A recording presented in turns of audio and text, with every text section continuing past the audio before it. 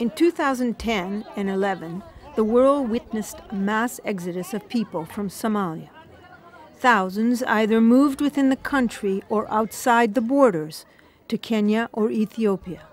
The numbers were alarming, almost 300,000.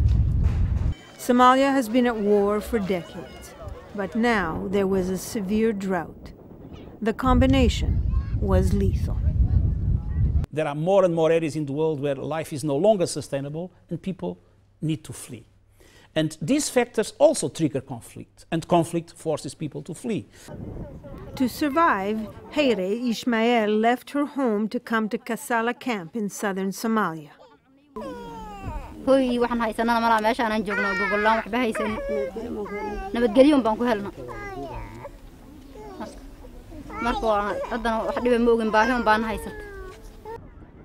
The drought killed livestock, destroyed crops, cut off livelihoods.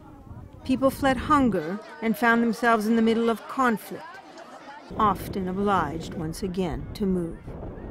At the height of the crisis, UNHCR estimated that a quarter of Somalia's 7.5 million people were either outside the country or internally displaced. Tukai left her village in central Somalia with her 8 children. They traveled over 600 kilometers for food and a semblance of peace in Galkayo.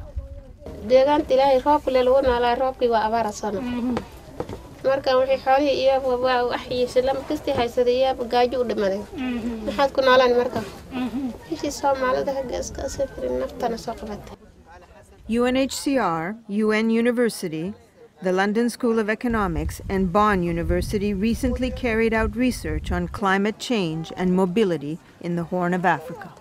They found that insecurity reduced people's ability to cope with severe changes in climate. The result, they were forced to move.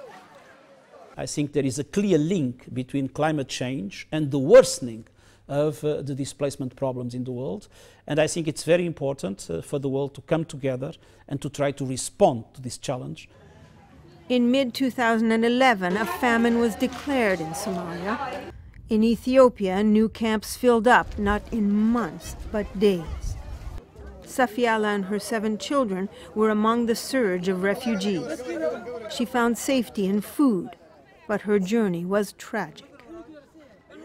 مرسونك مجن الله لام ميل بلدجو مجن الله والآن النسي لما ضوها نيس كديرني أنت كويني كرسي وكاك النولنا إلهي النول نسيه. In Kenya, the number of Somalis fleeing drought and violence swelled the numbers in Dadaab refugee camp to nearly 500,000, making it the 4th largest city in Kenya. Nuria was desperate. Surviving depended on her leaving her Somali village with her 6 children.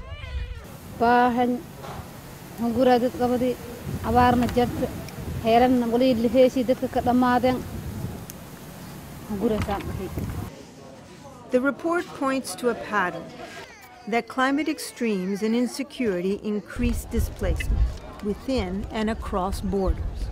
It is a scenario that UN and aid agencies say must be heeded. It is one that can easily be repeated with dire consequences.